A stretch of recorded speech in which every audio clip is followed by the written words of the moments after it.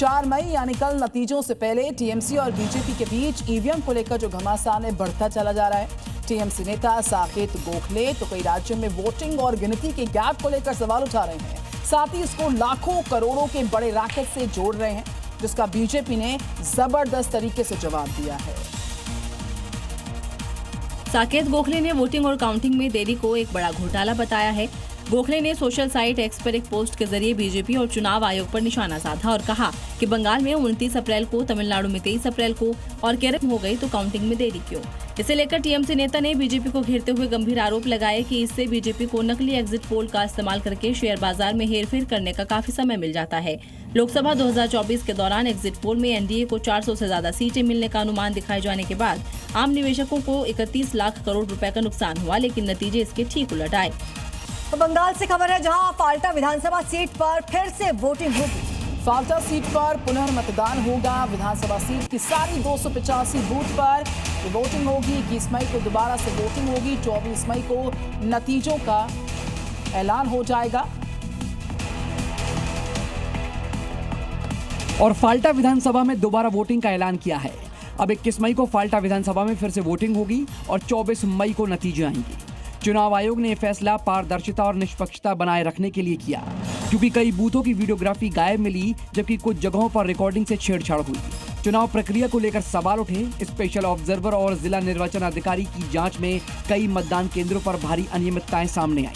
अनाधिकृत लोगों के बार बार वोटिंग रूम में जाने और प्रक्रियाओं के उल्लंघन का भी आरोप लगा।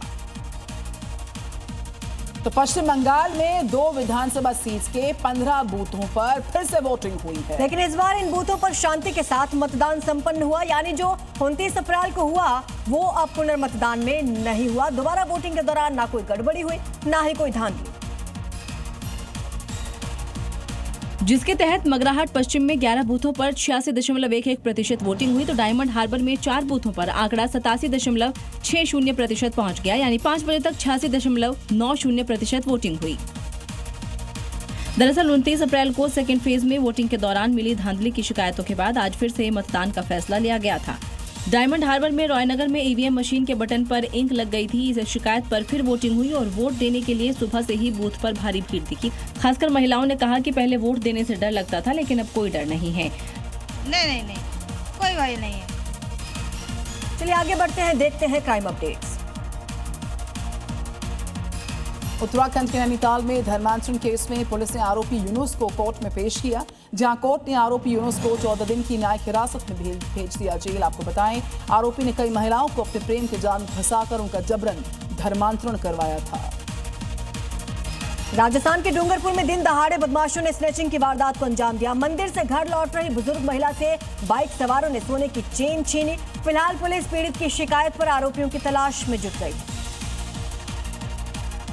उत्तर प्रदेश के कासगंज की खबर, बच्चे के नामकरण संस्कार कार्यक्रम में फायरिंग का मामला सामने आया, जहां एक शराबी ने 9 साल के बच्चे पर इसीलिए गोलियां बरसाई क्योंकि बच्चे ने शराब पीने के लिए पानी देने से मना किया।